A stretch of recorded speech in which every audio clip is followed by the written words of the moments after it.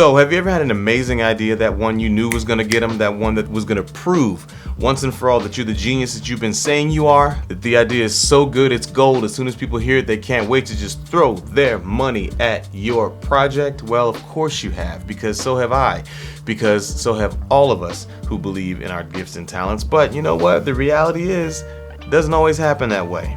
And today is a story about a project that I had begun that didn't happen, that led to a project that did happen, that was a project that should have happened. So I'm a pretty big fan of sports documentaries, even more than watching sports most of the time. And I had an amazing idea one time for an amazing sports biopic about somebody that you know.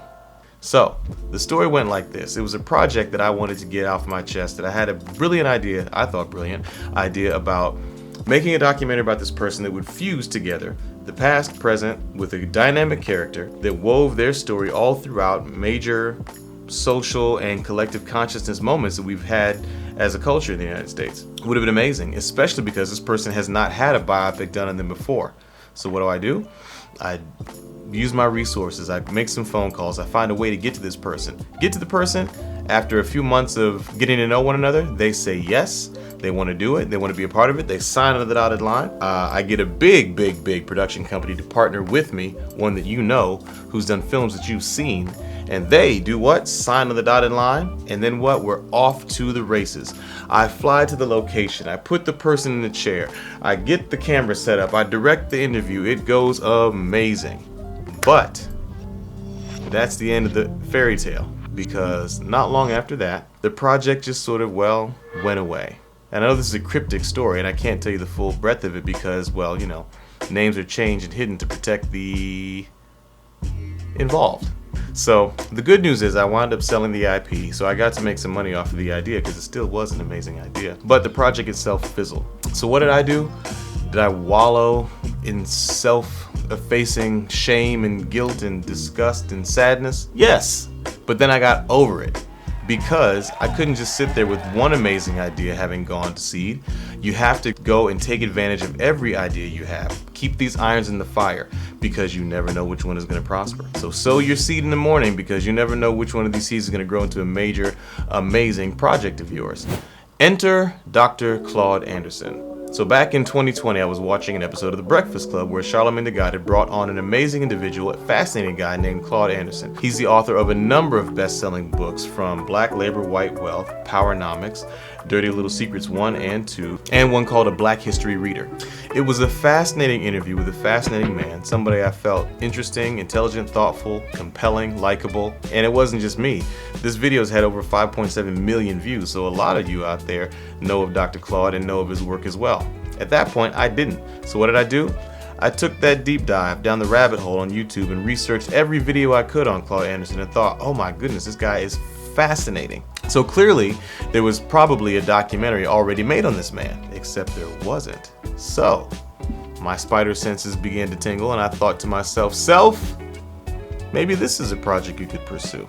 So anyway, down the line, I was able to make contact with the Andersons, talk to them for a couple months, let them get to know me, I got to know them, and then lo and behold, again, got the contract signed, got the paperwork done, and we were off to the races to shoot an interview with none other than Dr. Claude Anderson himself. So, that project began on February 1st of 2024. And since then, up until now, it has been an amazing ride with an amazing character and cast of characters on a film that was supposed to happen. The film that was supposed to happen instead of the other one. So, let me peel back the layers a bit more.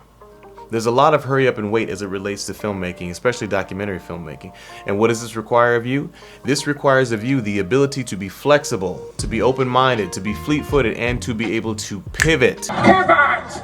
This pivot is probably a result of you having multiple irons in the fire. You can't just have one good idea you're staking your entire career on. No, and lots of patience to be able to stay productive while these ideas take shape. But the thing it requires most of all is faith. And I'm saying that because absolutely no one is going to believe in your project as much as you believe in your project. No one's going to go to bat for it. No one's going to stay up late conceiving it. No one's going to be pounding the pavement, executing it. No one's going to be forking over the money Many times, unless you get an executive producer who's also potentially an angel investor, to fork over some money so you can actually get the project going, so you can press that red record button and get to rolling on making your dreams a reality. But ultimately, you have to be the one to see it.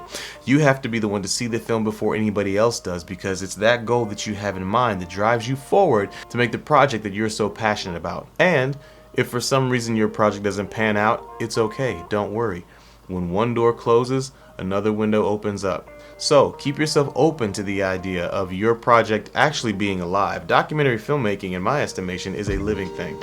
And it's something that requires you to be in control of, but with an open hand. You can't have your fist so tightly grasped around it that you choke the life out of the idea that is evolving in real time. I know for a fact that I would not have been able to make the documentary Powernomics, based on the life and work of Dr. Claude Anderson, had it not been for the failure of that initial project. So long story short, this filmmaking world, this life in general, is fraught with many unforeseen instances that you don't have control over.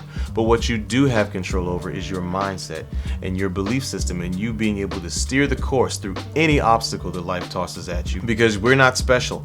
It rains on the good people, rains on the bad people. But what are you going to do to make sure that whatever happens in your life, you can persevere and push through to the next episode?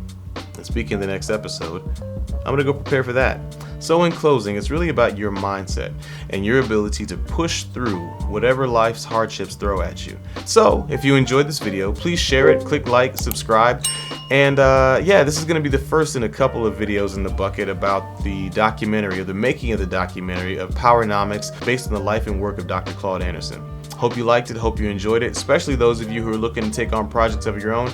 You might want to tune in, because this is going to be pretty interesting. I'm going to tell you everything it is, well, not everything, but lots of amazing stories about how this film came to be made. So, thank you so much. Remember, just keep making. Look and live, y'all.